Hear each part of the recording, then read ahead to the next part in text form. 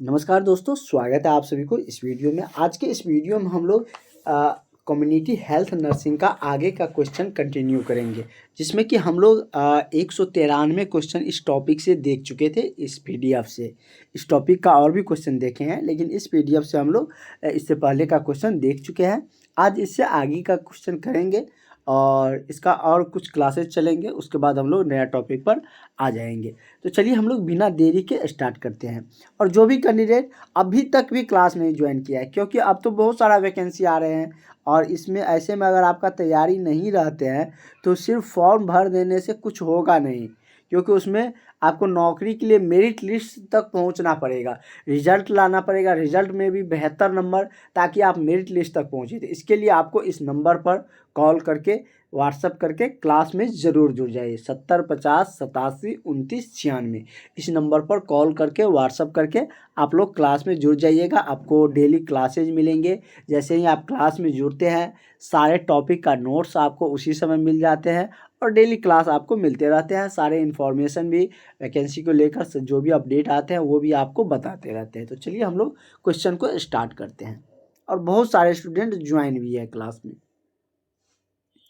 Question कह रहा है कि प्राथमिक स्वास्थ्य केंद्र पर जो प्राइमरी हेल्थ सेंटर होते हैं वहाँ पर कुल कार्मिक कर्मचारियों की संख्या कितने होते हैं। तो इसके बारे में हम अगर देखें तो इससे पहले हम लोगों का एक क्वेश्चन आया था कि उस प्राथमिक स्वास्थ्य केंद्र पर कितने नर्सों की संख्या होती है। इसके बारे में हम लोग देख चुके थे। इस क्वेश्चन में कह रहा है कि प्राथमिक स्वास्थ्य केंद्र पर कुल जो कार्मिक जो कर्मचारी होते हैं टोटल मिला के वो कितने होते हैं। तो ये कितने होते हैं, तो टोटल जो कार्मिक कर्मचारी रहते हैं वो 115 होते हैं। कितने होते हैं? 15 होते हैं। तो करेक्ट आंसर आपका ऑप्शन नंबर बी हो जाएगा। अगला क्वेश्चन आपका कह रहा है कि सामुदायिक स्वास्थ्य केंद्र, क्या सामुदायिक स्वास्थ्य केंद्र जो कम्युनिटी हेल्थ नर्सिंग होता है, ये तो पहले देखें हम लोग प्राइमरी हेल्थ सेंटर का, यह है कम्युनिटी हेल्थ सेंटर। तो यहाँ पर कह रहा है कि विशेषज्ञ जो चिकित्सक होते हैं, विशेषज्ञ जो डॉक्टर होते हैं, उसकी संख्या कितने होते हैं। जो स्पेशलिस्ट डॉक्टर होते हैं उसकी संख्या कह रहा है कि कम्युनिटी हेल्थ सेंटर पर कितने होते हैं। तो उसकी संख्या की हम बात करें तो वो 4 होते हैं। कितने होते हैं? तो कम्युनिटी हेल्थ सेंटर पर, सामुदायिक स्वास्थ्य केंद्र पर जो विशेष स्पेशलिस्ट डॉक्टर होते हैं उसकी संख्या 4 होते हैं। तो करेक्ट आंसर आपका क्या हो जाएगा? ऑप्शन नंबर सी इसका सही हो जाएगा। ठीक है, बहुत ही ईजी क्वेश्चन सब है और ये सारे क्वेश्चन आपको आते रहना चाहिए, क्योंकि इजी क्वेश्चन है। तो इजी क्वेश्चन आप बनाइएगा तभी आपका स्कोर बनेगा। इसलिए इजी टॉपिक को और भी ध्यान से पढ़िए, कोई कन्फ्यूजन ना रहे एग्जाम हॉल में और आप आसानी से उसको बनाकर आए सही। अगला है कि ग्रामीण स्वास्थ्य सेवा परियोजना की शुरुआत कब हुई थी। तो ग्रामीण जो स्वास्थ्य सेवा परियोजना चलाए गए थे वो जो स्टार्ट हुआ था वो 1977 में स्टार्ट हुआ था। कब हुआ था? तो 1977 में स्टार्ट हुआ था। तो करेक्ट आंसर आपका क्या हो जाएगा? ऑप्शन नंबर आपका बी सही हो जाएंगे। ठीक है, जो ग्रामीण स्वास्थ्य सेवा, जो ग्रामीण क्षेत्र में स्वास्थ्य को लेकर जो योजनाएं चलाए गए थे उसकी शुरुआत पूछ रहा है कि कब हुआ था। तो इसका शुरुआत कब हुआ था? तो ये 1977 ईस्वी में हुए थे। ठीक है, नेक्स्ट क्वेश्चन की तरफ बढ़ते हैं। हमारा अगला क्वेश्चन है कि कर्मचारी राज्य बीमा योजना की शुरुआत कब हुई। इससे पहले था जो ग्रामीण स्वास्थ्य सेवा योजना के बारे में, यहाँ पे है कर्मचारी राज्य बीमा योजना। तो ये कब शुरू किया गया था? तो ये 1948 में शुरू किया गया था। कब? हमारे देश के आज़ादी के 1 साल बाद इसको स्टार्ट किया गया था। ठीक है, और इसी समय क्या हुआ था ये भी हमने आपको बताए हुए हैं कि 1948 में ही WHO की भी स्थापना हुई थी। ठीक है, नेक्स्ट क्वेश्चन हम लोग देखते हैं क्या कुछ कह रहा है। कह रहा है कि निम्न में से किस शहर में एम्स के तर्ज पर भारत सरकार द्वारा संस्थान स्थापित नहीं किया गया। कह रहा है कि निम्न में नीचे दिए गए कौन सा ऐसा शहर है जिसमें एम्स के तर्ज पर भारत सरकार द्वारा कोई संस्थान वहाँ पर स्थापित नहीं किया गया है। जैसे क्या है? फर्स्ट ऑप्शन आपका है ऑप्शन नंबर ए का रहा है रायपुर, और दूसरा आपका क्या है? पटना, तीसरा है आपका भुवनेश्वर और चौथा है रांची। तो पटना में भी एम्स है, आपको पता है। रांची में ये मतलब कि संस्था स्थापित नहीं हुआ है, किसके द्वारा? तो भारत सरकार के द्वारा। तो करेक्ट आंसर आपका ऑप्शन नंबर डी हो जाएगा। नेक्स्ट क्वेश्चन की तरफ बढ़ते हैं। अगला है कि भारत में प्रथम पंचवर्षीय योजना की शुरुआत कब हुई थी? पंचवर्षीय योजना के बारे में हमने आपको बहुत डिटेल्स में बताए हुए थे कि ये 1951 में शुरू हुआ था, पहला पंचवर्षीय योजना। दूसरा कब शुरू हुआ था? तो 56 में हुआ था, क्योंकि ये 5 साल पर बदलता है और नाम ही है पंचवर्षीय योजना। इसमें क्या होते हैं, तो 5 वर्ष जो सरकार का आता है, 5 वर्ष कराता है ना हमारा सरकार, तो वो मतलब कि उस दौरान तय करते थे कि इस वर्ष हम इस पंचवर्षीय योजना में किस चीज़ पर ज़्यादा फोकस करेंगे। जैसे पहला था तो उसमें क्या दिया था, तो उसमें मतलब कि कृषि पर जोर दिया गया था। दूसरा आया था तो उसमें जो आधारभूत संरचना होती है उस पर, उद्योग सब पर जोर दिया गया था। तो इस तरीके से सब में प्लानिंग किया जाता था। तो ये मतलब कि क्या है, अब लेकिन फ़िलहाल पंचवर्षीय योजना को समाप्त कर दिया गया। और ये कहाँ से लिया गया था? तो ये रसिया से लिया गया था, ये योजना उसके तर्ज पर आया था। अगला है,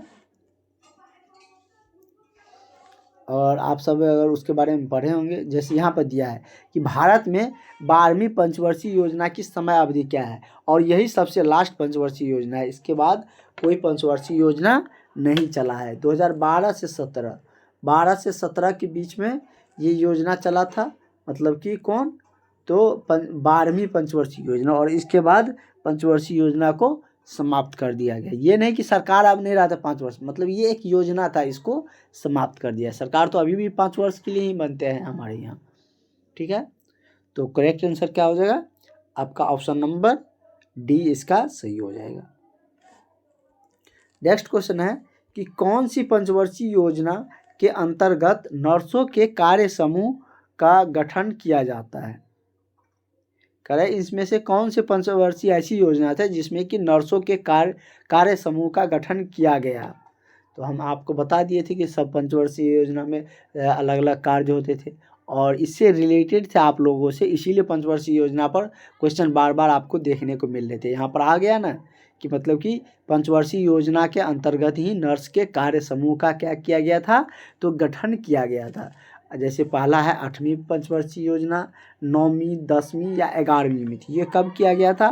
तो ये किया गया था 10वीं पंचवर्षीय योजना में। कब किया गया था? तो 10वीं पंचवर्षीय योजना में इसके अंतर्गत जो 10वीं पंचवर्षीय योजना चला था उस पंचवर्षीय योजना के अंतर्गत ही नर्सों के कार्य समूह का गठन किया गया था। तो करेक्ट आंसर आपका क्या हो जाएगा? ऑप्शन नंबर सी सही हो जाएगा। नेक्स्ट क्वेश्चन हम लोग देखते हैं। अगला हमारा क्वेश्चन है कि चावल का मार, चावल को जैसे कि चावल में पानी देते हैं तब क्या बनता है, बॉयल राइस जिसको आप लोग खाते हैं, तो उसमें जो पानी बाद में निकलता है उसको क्या कहा जाता है? मार बोला जाता है। तो वही कह रहे हैं चावल का मार जैसे कि शौच निम्न में से किस रोग का विशिष्ट लक्षण है? मतलब कि चावल की मार जैसे जब शौच आते हैं, मतलब क्या, जिसको आप लोग जैसे कहते हैं ना कि पेट खराब हो गया है, मतलब इस तरीके से बोलते हैं। तो वैसे अगर शौच आते हैं पानी की तरफ, जब शौच होने लगते हैं तो उसको मतलब कि किस रोग का कैटेगरी में रखा जाता है, किस रोग का वो विशेष लक्षण है? तो ये किसका लक्षण है? तो ये हैजा रोग का है। किसका है? हैजा रोग का। और हैजा रोग एक से दूसरे में फैलता भी संक्रमित रोग माना जाता है। और यही कारण थे कि पहले हैजा रोग बहुत फैलते थे, हैजा रोग, और इसके कारण गांव में फैल जाते थे। पहले के समय में आप अगर किसी के बुजुर्ग से मुंह से सुनते होंगे तो वो बताते होंगे कि पहले हैजा रोग बहुत फैलता था। अब ये सब थोड़ा सा इंडिया में कंट्रोल है, इन सब चीज़ों पर थोड़ा सा लगाम लगा है, थोड़ा कम ये सब देखने को मिलते हैं। और पोलियो भी हमारे देश में अब, पोलियो का भी केसेज हमारे देश में अब बहुत कम आते हैं। हालांकि कि किस रोग में सिक टेस्ट किया जाता है? खसरा, मम्मस, डिप्थीरिया या पोलियो? तो किस में किया जाता है? तो ये आपको किया जाता है डिप्थीरिया में, किसमें, तो डिप्थीरिया में सिक टेस्ट किए जाते हैं। तो करेक्ट आंसर आपका क्या हो जाएगा, ऑप्शन नंबर आपका सी हो जाएगा। अगला क्वेश्चन है कि 100 दिनों की खांसी किसे कहते हैं, 100 दिनों की खांसी किसे कहते हैं, मतलब कि जैसे गोल घोटू या तपेदिक, काली खांसी या कुष्ठ। तो इसमें आप ऑप्शन से भी समझ सकते हैं, जब 100 दिन तक खांसी कंटिन्यू होते हैं या मतलब कि 100 दिन तक खांसी मतलब नहीं छूटते हैं, बीच में अगर हो ही रहा है उसको क्या खांसी कहा जाता है, तो काली खांसी कहा जाता है। क्या खांसी कहे जाते हैं, काली खांसी। नेक्स्ट क्वेश्चन की तरफ हम लोग बढ़ते हैं।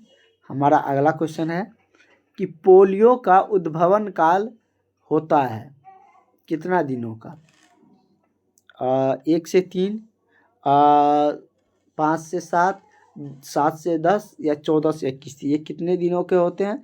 तो पोलियो का जो उद्भवन काल होता है वो 7 से 10 दिन का होता है। कितना, तो 7 से 10 दिन का। तो करेक्ट आंसर आपका ऑप्शन नंबर सी हो जाएगा। नेक्स्ट क्वेश्चन है हमारा कि बच्चों में दस्त का मुख्य कारण क्या है, बच्चों में जो दस्त होता है उसका मुख्य कारण क्या है, तो उसका मुख्य कारण है रोटा वायरस। क्या है, रोटा वायरस। तो करेक्ट आंसर क्या हो जाएगा आपका, ऑप्शन नंबर ए इसका सही आंसर हो जाएंगे। ठीक है, नेक्स्ट क्वेश्चन है, और आप लोग जैसे कि कुछ क्वेश्चन का अगर आंसर आपको पता रहता है तो उस क्वेश्चन का आंसर आप लोग कमेंट सेशन में कर भी सकते हैं। जैसे ये सब क्वेश्चन है, जैसे हम आपको बता रहे हैं, अगर आपको पता चल रहा है, ये नहीं चीटिंग नहीं, अगर आपको पता चल रहा है तो आप उसका आंसर कर सकते हैं। और जैसे ही आप लोगों का फॉर्म फिलिंग स्टार्ट हो जाएगा तो आप लोगों का टेस्ट सीरीज भी स्टार्ट हो जाएंगे, मतलब कि आप लोगों का टेस्ट सीरीज भी शुरू हो जाएगा और टेस्ट सीरीज चलेंगे। उसमें आप लोगों का कैसे क्या तैयारी है ये सारी चीज़ें पता चलेंगे, किस तरीके, अभी तो हमको हाँ लग रहा है कि हम पढ़ा रहे हैं, आप किस तरीके से पढ़ रहे हैं, कैसे याद कर रहे हैं, वो सब तो टेस्ट सीरीज देंगे तभी पता चलेंगे उसी के रैंक से, तो वो हम स्टार्ट करेंगे बाद में। हालांकि कौन सी प्रकार की मलेरिया से मस्तिष्क ज्वर उत्पन्न होता है, कह रहे इसमें से कौन सी प्रकार की मलेरिया है जिससे मस्तिष्क ज्वर उत्पन्न होता है, वाइक्स मलेरिया, मेलेरी या फैल्सीपेरम या ओवेल। तो किस प्रकार से होते हैं, यह मस्तिष्क ज्वर उत्पन्न होता है, जो मस्तिष्क ज्वर बहुत खतरनाक होता है, जो मस्तिष्क का बुखार बोलते हैं।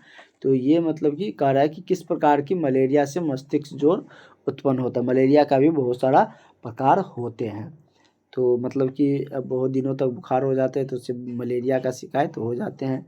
और किस तरीके से मलेरिया फैलता है, कैसे होते हैं, ये सब हमने पीछे बता रखे हैं। तो जो भी कैंडिडेट नहीं वो सब क्लास किए हैं, क्लास ज्वाइन करने पर मिल जाएंगे। तो ये मस्तिष्क ज्वर जो उत्पन्न होता है वो फॉल्सीपेरम पेरम नामक मलेरिया से क्या होता है, ये ज्वर उत्पन्न होता है। तो करेक्ट आंसर आपका ऑप्शन नंबर सी हो जाएगा। अगला है कि काला जार किसके कारण होता है, ये पूछ रहा है कि काला जार जो बीमारी है वो किसके कारण होते हैं। तो ये काला जार जो बीमारी है ये होता है लिस्मैनियासिस के कारण। किसके कारण, तो लिस्मैनियासिस के कारण।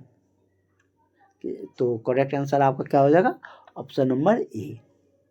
ठीक है, इसके कारण ही क्या होता है, काला जार होते हैं। काला जार का ये मतलब कि एक रीजन है, इनसे काला जार उत्पन्न होते हैं। अगला है कि HIV की जांच के लिए निश्चयात्मक परीक्षण है क्या। HIV के जांच के लिए जो निश्चयात्मक मतलब उससे जो सटीक परीक्षण है वो क्या है, जैसे क्या है कि एलिसा परीक्षण या वेस्टर्म बोल्ट परीक्षण, कंप्लीट ब्लड काउंट या उपयुक्त सभी। तो किस तरीके से HIV के जांच किया जाता है, तो इसका जांच वेस्टर्म बोल्ट परीक्षण के द्वारा किया जाता है। किसके द्वारा, तो वेस्टर्म बोल्ट परीक्षण। तो करेक्ट आंसर क्या हो जाएगा, ऑप्शन नंबर आपका बी हो जाएगा। ठीक है, नेक्स्ट क्वेश्चन है आपका अगला क्वेश्चन कह रहा है कि किस क्षय रोधी औषधि के कारण मूत्र का रंग लाल हो जाता है। कह रहा है कि किस क्षय रोधी औषधि है जिसके कारण मूत्र का रंग लाल हो जाता है। जैसे कि आप सबको पता है कि जैसे कि मलमूत्र निकलते हैं हमारे बॉडी से, तो वो उसका रंग पीला क्यों होता है, उसमें बिलिरुबिन पाए जाते हैं जिसके कारण वो क्या होते हैं, पीले होते हैं। लेकिन अगर हम बात करें, यहाँ पे कह रहा है कि किसके कारण लाल हो जाता है, क्योंकि मूत्र का रंग तो लाल होता नहीं है, कोई डिफेक्ट के कारण नहीं होंगे। वही वो पूछ रहा है कि किस क्षय रोधी औषधि के कारण मूत्र का रंग क्या हो जाता है, लाल हो जाता है।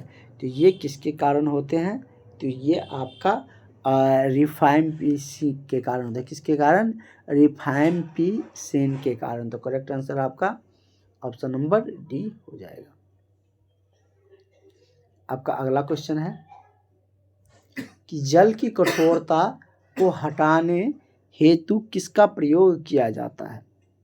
जैसे कि जल की कठोरता, जैसे परमानेंट जल हार्डनेस होता है, परमानेंट एक होता है टेम्प्रोरी वाटर हार्डनेस। तो उसमें क्या होता है, generally carbonate and bicarbonate form में रहते हैं। तो वो किसके कारण मतलब कि प्रयोग करके हटाया जाता है जल की कठोरता, तो सोडियम बाइकार्बोनेट। किसके कारण, तो सोडियम बाइकार्बोनेट, कार्बोनेट या बाइकार्बोनेट रहेगा तो आप समझ जाइएगा कि उसके कारण उस जल की कठोरता का मतलब कि अपीयरेंस उसी के कारण होते हैं, और सोडियम बाइकार्बोनेट के कारण उसको क्या किया जाता है, तो जल की कठोरता को हटाने हेतु प्रयोग किया जाता है। तो करेक्ट आंसर आपका ऑप्शन नंबर सी हो जाएगा। नेक्स्ट क्वेश्चन है कि विटामिन ए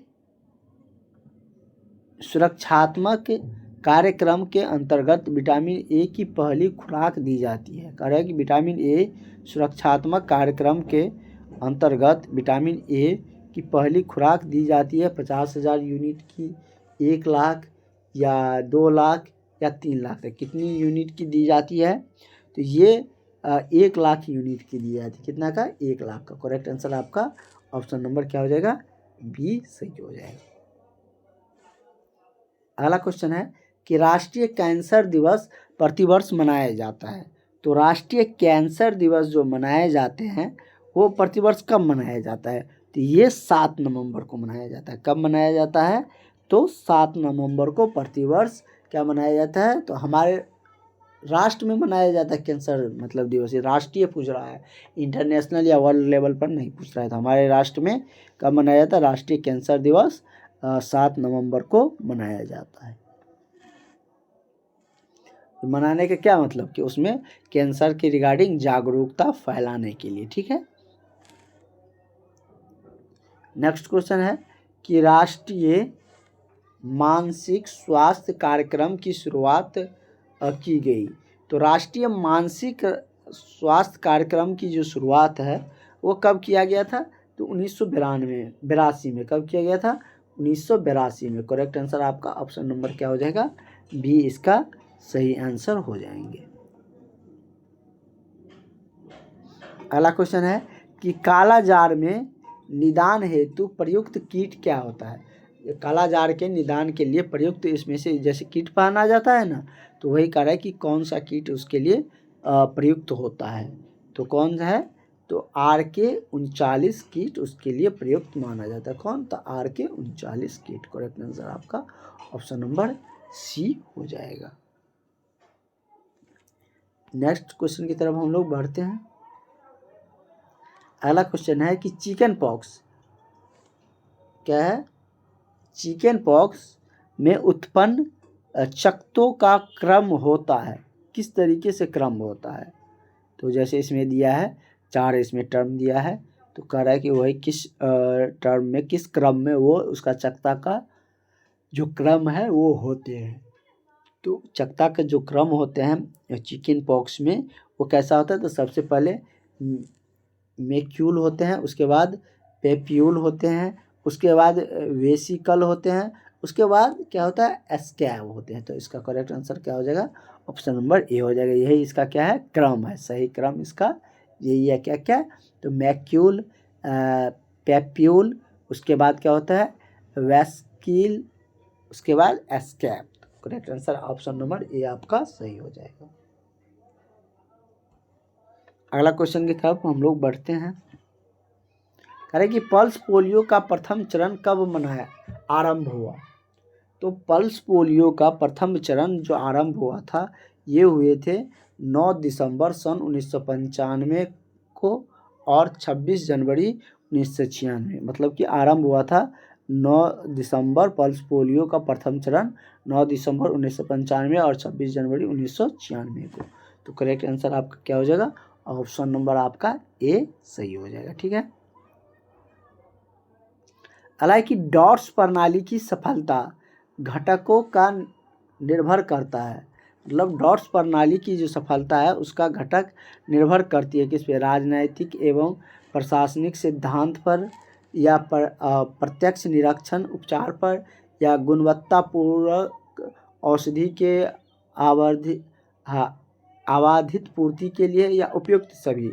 तो डॉट्स प्रणाली जो निर्भर करते हैं इन सभी पर निर्भर करते हैं, राजनैतिक एवं प्रशासनिक प्रतिबद्धता एवं प्रत्यक्ष निरीक्षण उपचार और जो गुणवत्तापूर्वक औषधि के आबाधित पूर्ति। तो ये सभी डॉट्स प्रणाली के सफलता के घटक पर निर्भर है। ठीक है। तो इससे आगे का हम लोग जो क्वेश्चन है वो कल हम लोग कंटिन्यू करेंगे 120 से। ये क्वेश्चन हम लोग देख लेते हैं। कह रहा है कि क्षय रोग हेतु निरंतर चरण की अवधि होती है। तो क्षय रोग हेतु जो निरंतर चरण की जो अवधि है वो कितना है, तो वो 4 माह है। कितना है, 4 महीना। तो करेक्ट आंसर आपका ऑप्शन नंबर ए सही हो जाएगा। ठीक है। और आगे की जो क्वेश्चन है आगे क्लासेज में आपको कंटिन्यू मिलेंगे।